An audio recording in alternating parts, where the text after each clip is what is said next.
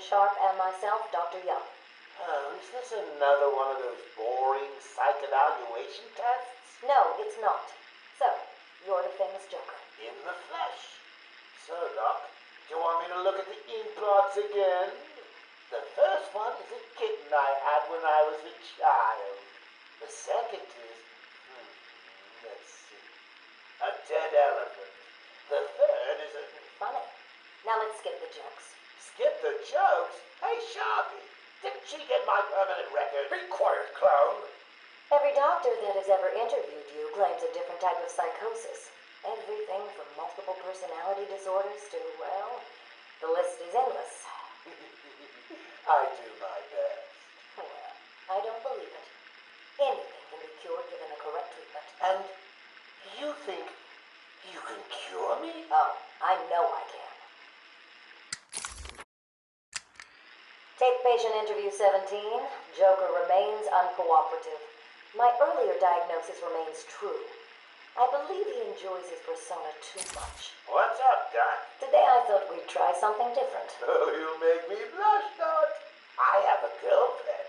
Dr. Quinzel, I know. I've seen the tapes. I saw what happened. What can I say? I'm a charmer. Anyway, I thought it would be good to talk about your childhood. Oh, ever heard of romance, Doc? I don't give up the goods for free.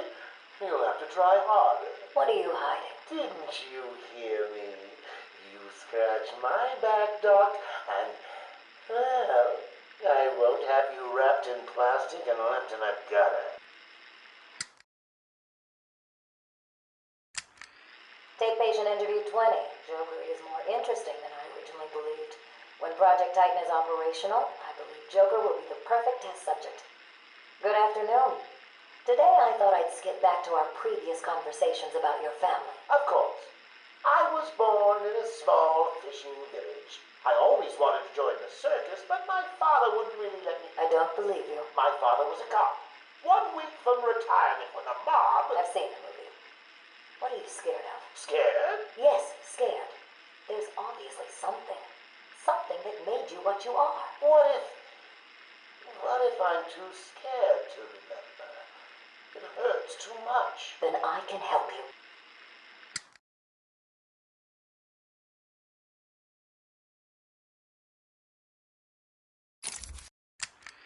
These are the private notes of Dr. Young. Titan is a success. Even my funding worries have been solved after the unexpected donations from Mr. White. Joker has also shown a remarkable interest in the possibility of a cure. Once the protein bonding process is finalized, I will... Dr. Young, you ready? Oh, yes, come in. You'll hurt my feelings, Doc, keeping me waiting like that. Sit down. You can leave us. You sure? We're fine. Aren't we, Joker? Oh, yes. Well, if you insist. I'm just outside, okay? So is he here? Did your patient X arrive? Yes, I must say progressing more rapidly than I expected. But enough of that. Let's talk about you. No. Let's talk more about your Titan project. My what? How do I know you have Bane strapped to a table in the basement while you pump him dry? Would you believe a lucky guess? I've been a fool. Joker was behind it all. He's Jack White. He gave me the money, pulled the strings to release Bane. How could I not have seen it? He's been blackmailing me. He has a crazy plan to create an army of monsters. I want out, but... Hello? Dr. Young's office. Please hold for Mr. White. What? Hello, Doc. We need to talk. I'm not doing it, Joker. Do you hear me? Wait. How did you get access to a phone? Oh, yes. Sorry, Doc. Had to split. I hate small, confined spaces. Reminds me of my childhood. Another lie? Who knows? I certainly don't, but let's not get distracted with details. So, anyway, I want my monsters. I sent you back the money. I don't want it. Do I look like I care about money. I just want my monsters, Doc. And if you don't give them to me, well then, it won't be funny.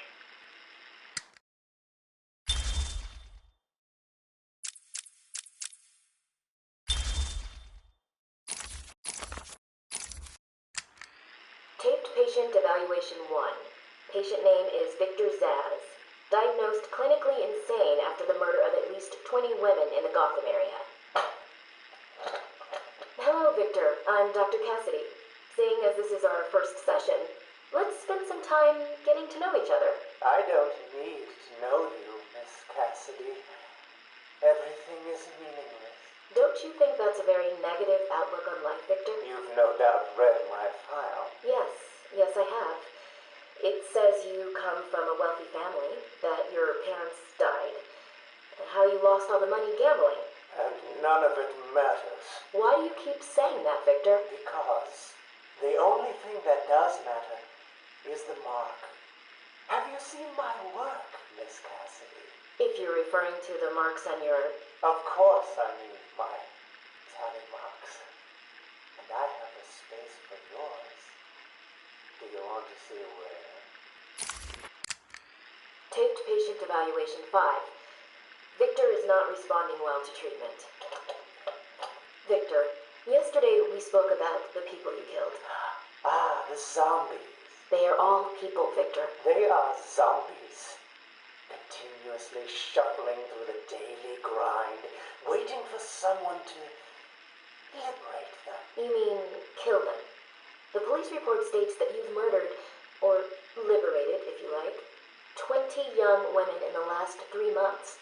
Each had her throat slit and was left posed. They were all lucky to be chosen to receive my gift. I doubt they would agree with you. Really? How about you, Miss Cassidy? As you take the elevator to your apartment each night, open the 6 locks to apartment 433. Remember you forgot to buy your cat food. Again. How do you know where As you sit down on your favorite red chair, cat on lap, just waiting for something to happen. I can make it happen, Sarah. I am your salvation. Patient's name is Victor Zaz. For the record, the patient has transferred from Dr. Cassidy, who is on leave after the incident last week. Hello, Victor. Please, take a seat. Guards, you can leave us. Sorry, Doctor. Warden's orders. I can't leave you alone with him. I understand. Hello, Victor. How are you feeling today? Victor, I can't help you if you don't speak. Depressed. Does that help you? Can you get into my mind, Doctor? Why depressed? I'm just thinking about the one that got away. The one I chose. I needed the mark. Victor has been more subdued recently. Response to medication has been poor. Cutting. Hello, Victor. Is there anything you'd like to talk about today? Cutting. Victor! This is going nowhere. Cutting. Guards! Get him out of here! You heard the doctor. Get up. Cutting. Didn't you hear me? He's got a knife! Ah! Get a trike in him! Get a trike in him! Oh, God! He's on Bill! He's cutting him! Get him off! Get him off! We need help here!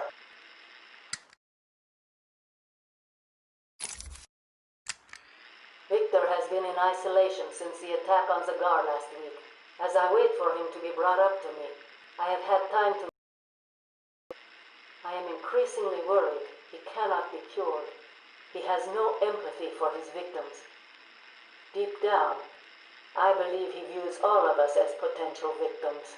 Doc, are you okay? What's happening? It's Zaz. He broke out of isolation. He's gone. Oh, God! Don't worry, Doc. You're in the safest place. He's definitely left the island. Of course. But someone needs to alert the authorities. He'll need to kill again. Do you understand me? Needs to.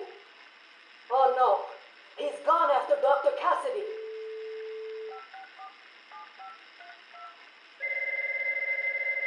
Hello? Sarah, it's Gretchen. Listen to me. Hold on. There's someone at the door. not answer the door. Can you hear me? Do not answer the door. It says he's free.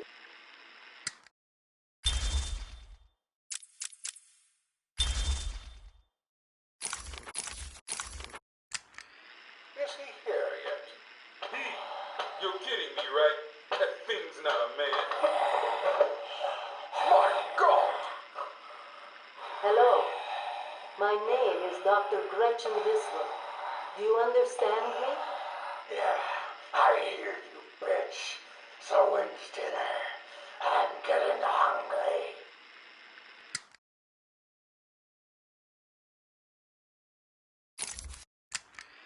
Taped patient, session 2.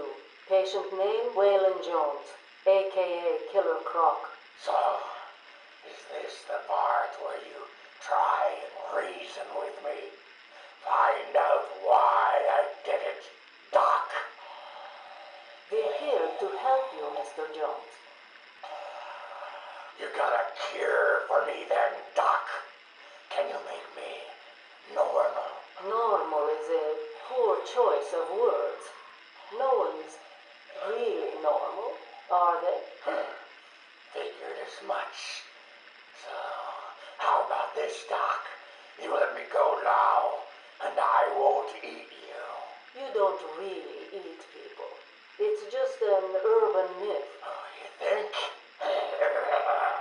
Keep believing that, Doc.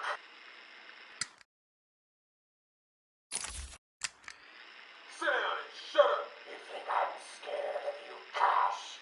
I've got your scent. You're And I've got yours too. Know what? It stinks. Carry on, Doc. Please don't do that again, Mr. Cash. It's not helping. I'm sorry about the coffee, but what can we do if you insist on hospitalizing 3 guards? Strap on whatever you like, Doc. This thing just tickles. I'm happy to wait here. Wait for the bat. He'll be back, and I'll kill him. Then Cash. Then you. In your dream. Now get up. Now.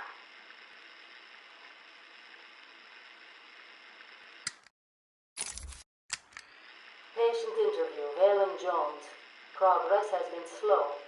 What happened back in that house? Just business. Business? What kind of business practices result in a house full of mutilated corpses? I don't like having my time wasted. Someone doesn't pay. They need a lesson. They owed me. So you killed them, tore up their bodies. The police never found all the pieces. They should have looked in the sewers. Are you saying you hid them there? After a while. Usually takes about 8 hours. Time to go, Brock. Get up. Patient interview. Waylon Jones, a.k.a. Killer Croc. Last night, the patient was pacified after a breakout attempt. Gardner Cash is in hospital. Reports state that the patient attacked Cash and in the struggle consumed his left hand. Cash is lucky to be alive. He lost a lot of blood. Me too. I nearly choked on that bony hand of his. That's disgusting. He could have died. He's just food to me. And once I get a taste, I want the rest of the meal. You know what I mean. Get him out of here. Now. Got your scent too, lady. I'll see you around. Tick, tock, tick, tock.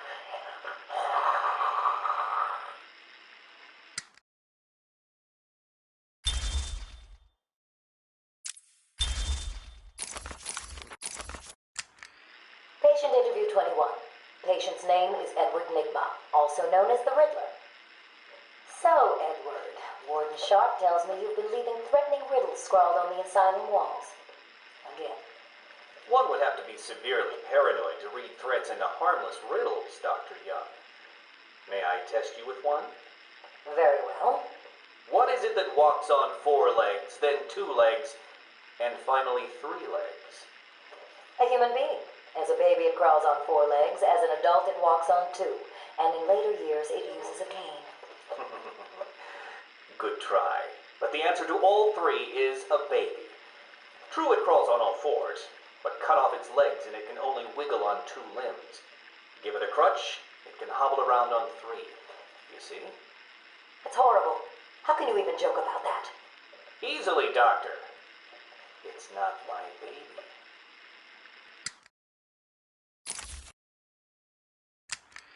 Taped interview 39. Patient's name is Edward Nigma. At this point in time, I've yet to decide if Mr. Nigma is a suitable candidate for the Titan process. I'd like to talk about your childhood. Miserable. Next. By all accounts, that is where your fascination with riddles began. I believe discussing those years could explain your compulsive behavior. Very well. My father hated me. Always called me a moron. I see. I was determined to prove him wrong, so I entered a contest at school. A $20 prize to the kid who could figure out an almost impossible logic problem. I won, of course. And that pleased your father? Hardly. He was convinced I had cheated. He kept yelling, "You must have cheated! Admit it, you moron! You cheated!" I swore I didn't, and he hit me for lying.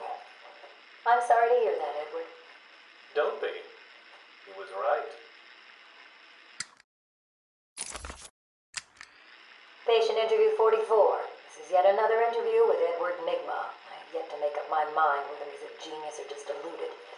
Whichever one he is, just being in his company is both irritating and exhausting. Hello, Miss Young. You look tired. Anything you need my help with? No, thank you, Edward. I am here to help you. We all are.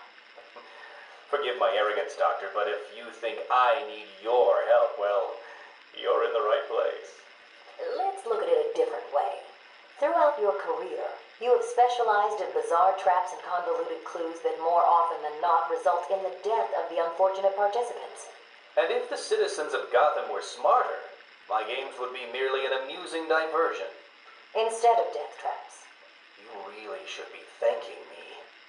Weeding out the ignorant, the stupid, the useless. But don't worry, I'm sure you would survive. What a lovely photo on your desk, Doctor. Your family? Mother, perhaps. Put that down. Get out. Guard! Let's discuss your obsession with Batman. Hardly an obsession, Miss Young. I simply feel an obligation to expose him. You know who he is? More important, I know what he is. What do you mean? It's obvious. The mask, the weapons, the scare tactics. He's a criminal. No different than Joker, Two-Face, or myself. Most people consider him a hero. Most people are idiots. They can't see Batman for the villain he is. Riddle me this. How did he get his car and his gadgets? I don't...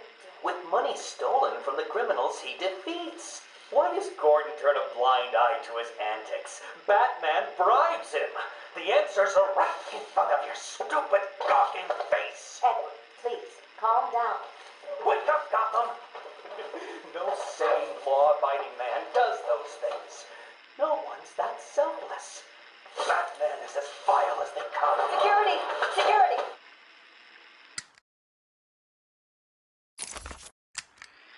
This is my final interview with Edward. I have gone as far as I can. I can no longer tolerate his mood swings and tantrums. I have more important work to be getting on with. He will be transferred to Dr. Whistler's care as of next week. Good morning, Doctor. How are you today?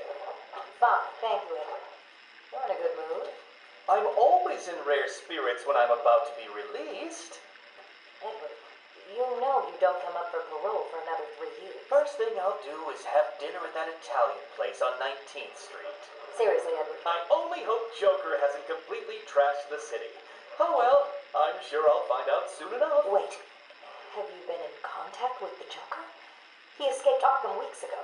And yet, one hears things. What things? Something about a surprise party for Batman. I forget the rest. You know Joker. Yak, yak, yak. Edward, if you know anything, you've got to tell me. Lives could be at stake. What did Joker say? You forget, Doctor. I'm the one who asks the riddles.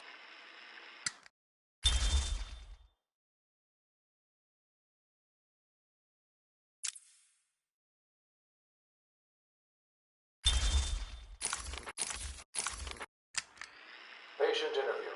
Pamela Lillian Isley, November 12th, 11:33 a.m. Good morning, Pamela. How are you today? Fine. Today is a special day. What do you mean? This is the anniversary of my new life. When I found my true self, my destiny. Are you referring to the event with Dr. Woodrow? Yes. What else? Of course, at the time, I thought Jason had poisoned me. But in retrospect, he did me a huge favor. And why do you believe what he did has helped you? He showed me the bigger world. A world I should protect. Of course, my first offer was rejected. Offer? You tried to kill everyone in Gotham. Well, sometimes you need to prune back hard in order to make something flourish. Patient interview. Pamela Lillian Isley, November 14th, 10:21 a.m. Hello, Pamela. Today I'd like to go back to something you said in our last conversation. Ask me anything you like. You said your first offer to help Gotham was rejected. How can you possibly believe that? What do you mean? You released thousands of poisonous spores into Gotham, killed hundreds of people. How does that help anybody? I'm not interested in bodies, Doctor. Horrible fleshy sacks walking around destroying my poor babies with their greed and arrogance. But aren't you one of those fleshy sacks? Were a doctor too. How can you turn your back on us? Quite easily as it happens. But not you, Stephen. You're different. I feel we have a connection. Really? You do? Of course.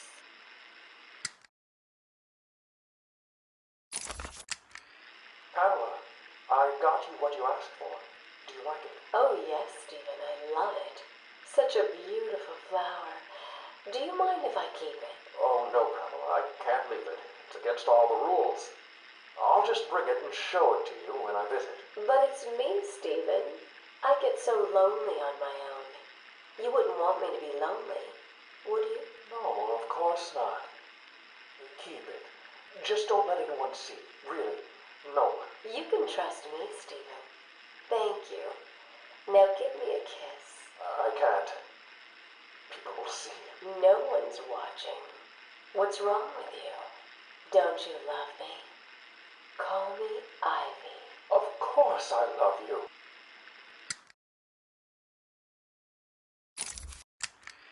Where is Dr. Kellerman? How should I know, Warden? It does seem careless of you to have lost him. I have no time for your games, Miss Isley. Tell me where you have him. We have security footage of you and him leaving your cell last night. So, Do I need to spell it out? We know you hypnotized him, or whatever it is you do. We know he took you somewhere, but conveniently, security cameras across the island were mysteriously covered by leaves and flowers at 3 a.m. Now tell me what it is. I'm not saying a word unless you do exactly what I tell you to do. We found him. No thanks to you. The poor man could have died. So, He has a wife, a child. as do the plants he travels underfoot. The spores he breathes in and destroys have children. Why does he deserve anything more than them? You people ignore what is happening in front of your eyes. I refuse to put the welfare of plants before the welfare of people. And that is why you will lose. There's more happening than you know, Warden. It's all connected.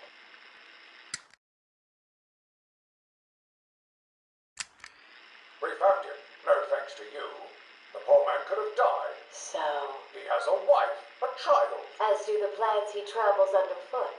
The spores he breathes in and destroys have children. Why does he deserve anything more than them? You people ignore what is happening in front of your eyes. I refuse to put the welfare of plants before the welfare of people. And that is why you will lose. There's more happening than you know, Warden. It's all connected.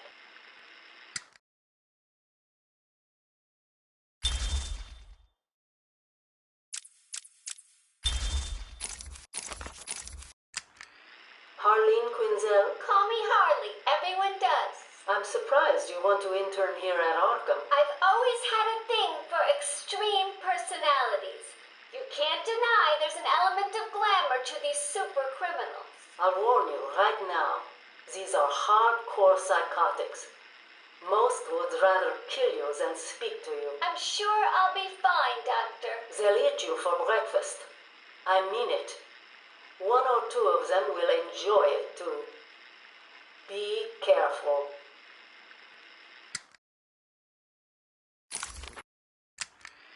Patient interview number 1. So, I'm your first, am I, Toots? Well, you know what they say, you never forget your first time. I'll try to make it memorable for you. Oh, you already have. Tell me, why do you do the things you do? Why do you think I do it? Fame, notoriety, a desire to stand out from the crowd, a wicked sense of humor. You're good. How did you figure me out, Doc? I've had doctors poking around in here for years, and no one was as astute, and if you don't mind my saying, beautiful as you. Really? You're just playing with me. Well, you'll never know, will you? Unless... Unless what? Tell me.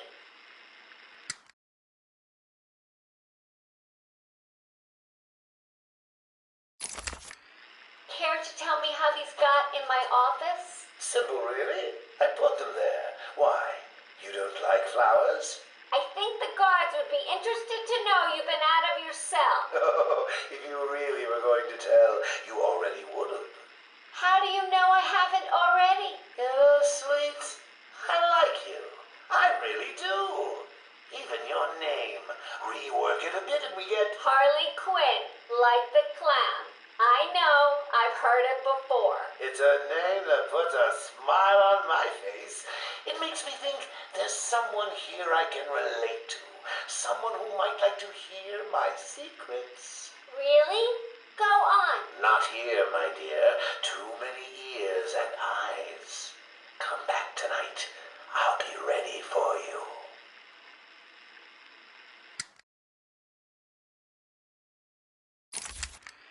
He's crazy, you know. Who? Batman? No, Santa Claus. Of course, Batman. Always Batman. I've seen it in his eyes. Screaming mad stalkers. And dishonest. Hiding his face behind a fright mask. Well, no masks for me. I have nothing to hide. I laugh at the cruel absurdity of the world. But Batman, he's got them all fooled. He's made them think he can make a difference, that he can actually make things better. And the joke of it is, they all believe it. The police?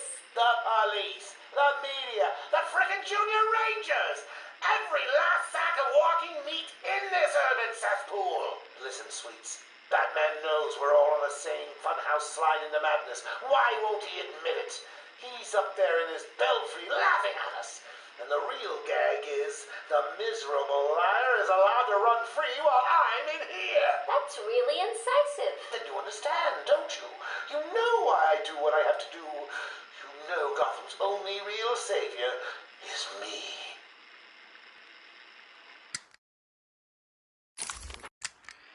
I got what you wanted. You did? I mean, good. How did you smuggle it in? Actually, I don't want to know. So are you ready to stop that evil, murdering bat once and for all? Of course I am. He needs to pay for what he's done to you. Give it here then, quickly.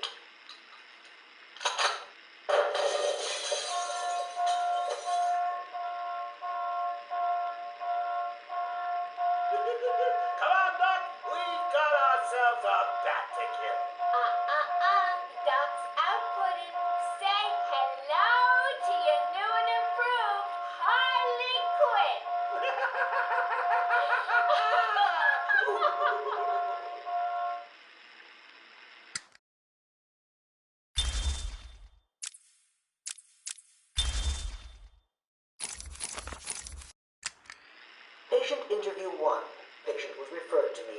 incident with Dr. Murphy. He appears to have suffered a breakdown of sorts. I believe it was brought about after the loss of his wife and child. As yet, the patient has been unable to speak. Continued observation shows little mental activity. It's as if the shock of what he saw triggered his mental collapse. There's someone in here! It's him. We found him. Break down the door! Note to self, as ever, it is difficult to continue my research under such conditions. Step away from Dr. Combs! Now. Get down on the ground! We found them. Someone get a medic. Oh, God, what's he done to him?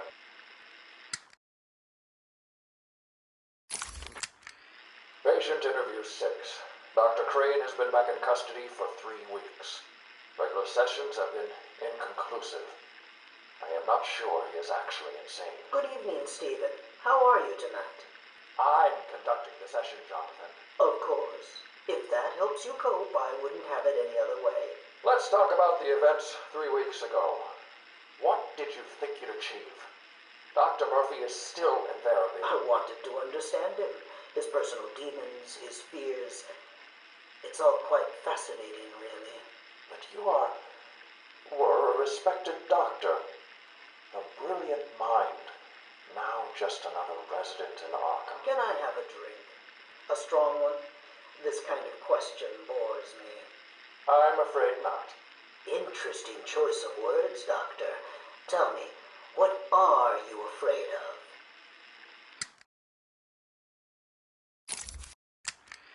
Patient interview 9. Dr. Crane continues to evade questions. I believe he is quite sane, just evil. He takes no interest in the people he has hurt. His research appears to be the only motivating factor in his life. What is it about fear that drives your obsession? Fear drives everything, Stephen. Everything. Your life is governed by fear. Every decision you make is a product of that fear. Don't be ridiculous. You married your wife, Margaret, isn't it? Because you were scared of dying alone.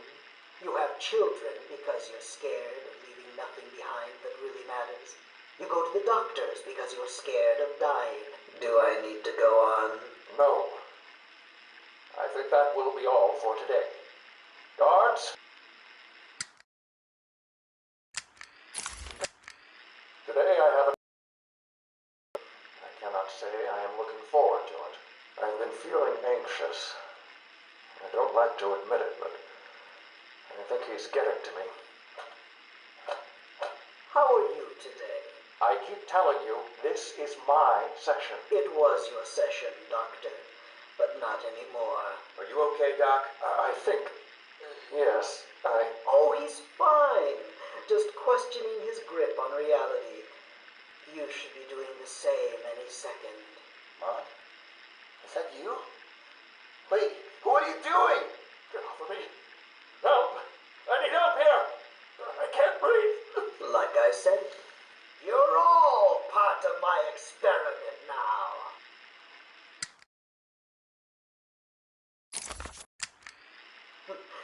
Asylum interview 1. My experiment is underway. Working alone, I have created my ultimate fear gas. Its potency, a revelation. They're all over me! Please, Daddy. Don't do it! Give one.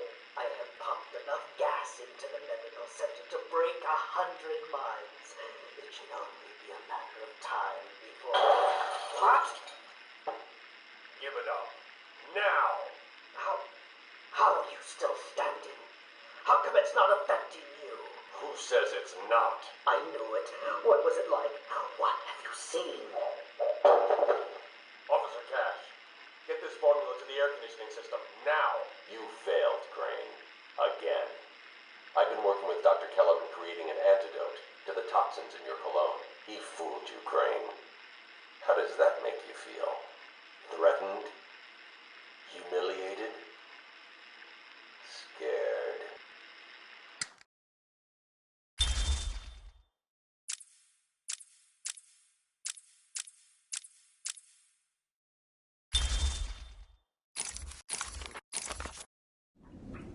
I am the spirit of Amadeus Arkham. Through my actions, I have saved this cursed city, though my own curse is to forever remain in the shadows. My story is carved into the very soul of Arkham, and will only be revealed to those dedicated enough to discover it.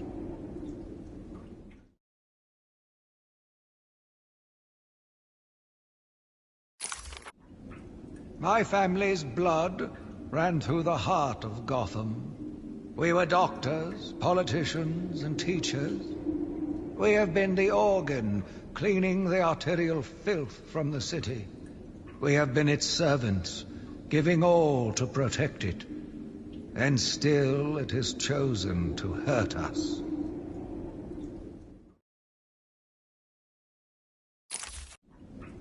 As Gotham's veins slowly filled with pain and suffering, the effects were felt everywhere. My father fell first, infected by some foul disease.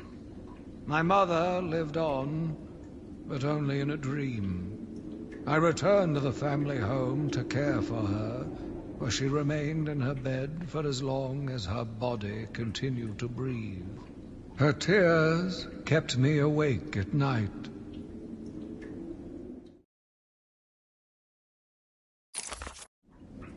My journey lasted little over a month. Visiting academics in both Metropolis and Keystone, I was exposed to a wealth of new ideas. I began my day returning home in good spirits, eager to see my wife and family. I ended it kneeling in their blood, broken fragments of my life, pouring through dripping red fingers. I returned to my work, but I could not shake the pictures from my mind. I should have been repulsed, but I was more eager than ever to find an explanation for why someone would do this.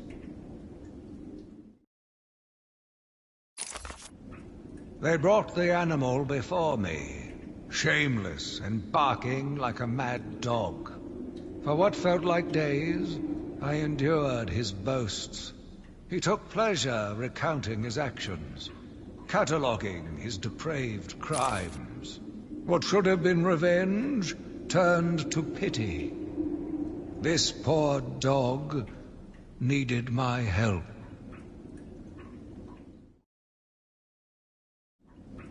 The island changed little over the years. Its reputation was in tatters, but I vowed to fix it. As the buildings were rebuilt, I saw the future. A bright, wonderful future. New brick, metal and paint covered old wounds. Fresh blood was injected into the body. Bright new minds came, and all...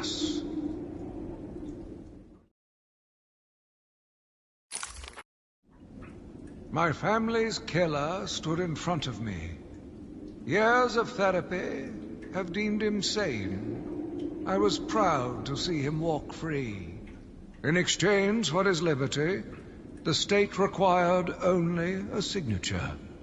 He talked about wanting to walk in a park, how he longed to feel fresh air on his face.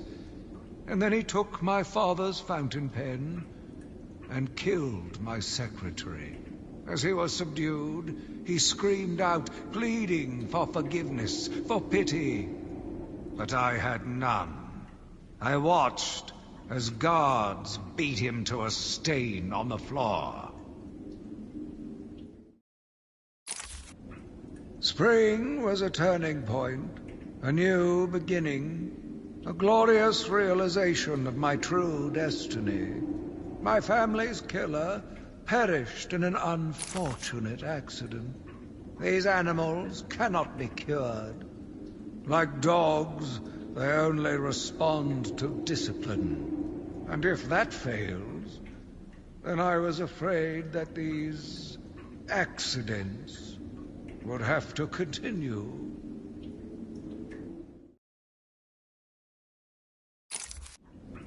I argued with the latest group of young, eager doctors. They bored me with theories and ideas, proving that they had no theories on how to cure these animals. Only one shared my vision. I offered her the chance to explore her dreams. She accepted. We'll make a good team.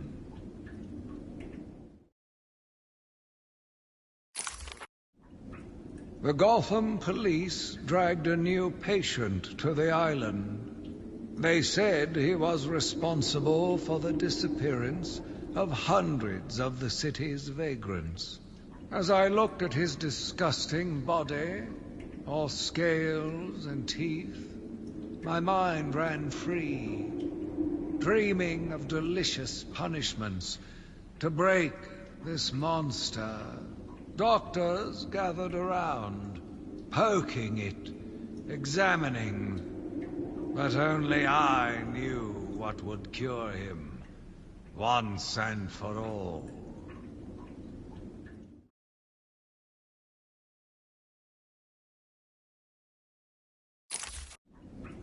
The beast was too strong. His animal savagery nearly cost me my life. I took my frustrations out on a lone patient. His case notes suggested he was a paranoid schizophrenic. His pleas, as I beat him to death, suggested much more. His confessions were illuminating. My path was clear.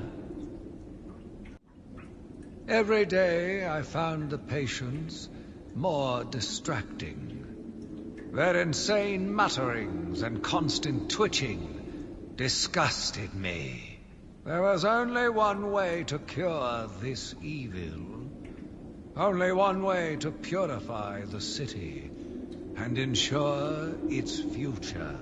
I needed to prepare myself. I needed to be ready.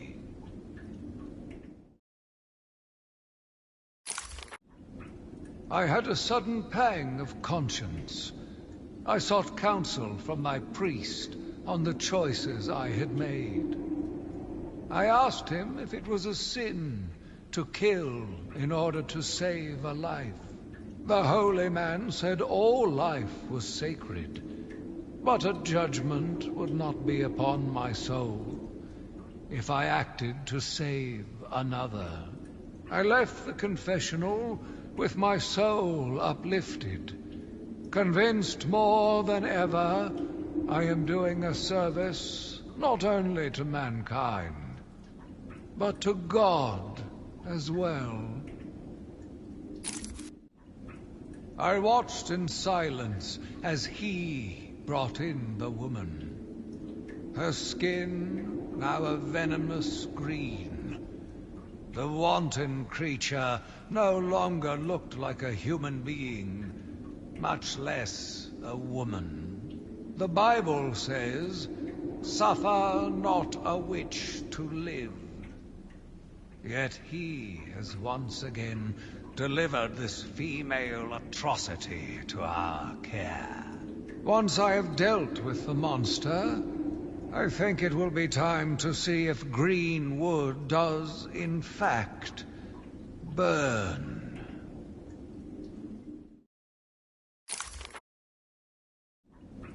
Sitting in the darkness outside of his cell, I watched the crazed twitching, listened to the disgusting words that came from his mouth. How can I let a dirty animal like this live? He is the cancer I have sworn to protect the city from.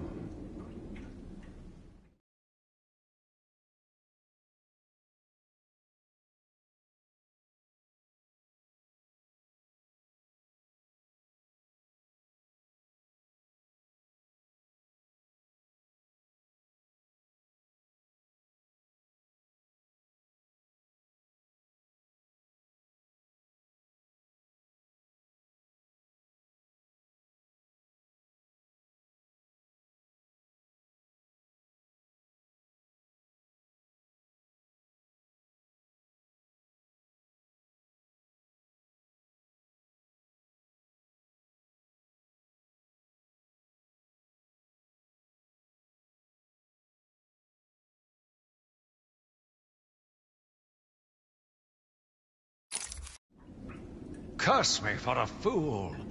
How could I not see it until now? The monster had a confederate.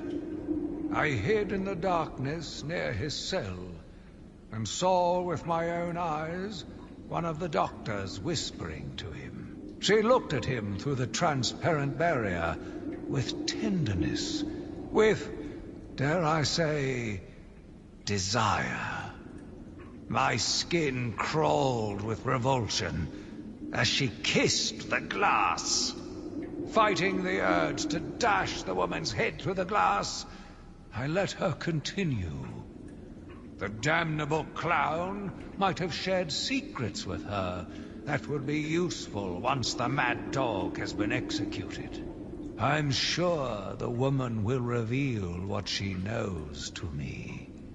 If not willingly, then certainly under electronic persuasion. After that, a lobotomy, I think. Unfortunate for one so young. But her lust has put the reputation of Arkham at stake. Yes, a lobotomy. The very thing. There is no other way to ensure her silence in this regrettable matter. Yet again, I found myself watching him. No one can provide a cure. He laughs in the face of those who try. Amadeus would not have let him live, and neither should I. One last sip of cognac, and I was ready. He watched as I entered the cell. He smiled as I showed him the knife. I told him how I will use it, how I will cleanse this city. And then, terror. I was paralyzed. I struggled. I screamed, but I was silent. The monster looked at me, expressionless. He ran my blade slowly across my forehead. A smile cracked across his horrible porcelain face, and I heard the filth fall from his mouth. He laughed and called me that horrible name.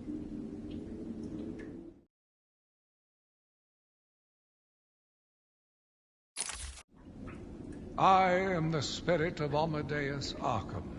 Even though Amadeus had long since passed, his spirit lived on, surviving, moving through the walls of his asylum. When it chose me, I felt proud. I was honored to continue his work, to cleanse this city. If you are strong-willed enough to follow my tales, you are strong-minded enough to deduce my identity. Come and find me, friend. Together, we will save Gotham. My name is Quincy Sharp, the spirit of Amadeus Arkham. You have done well to decipher my story, and I pray it has helped you on your path. I trust that through my writings, you will do what is right. Please, I implore you, continue my work. This city deserves a savior. Continue my work.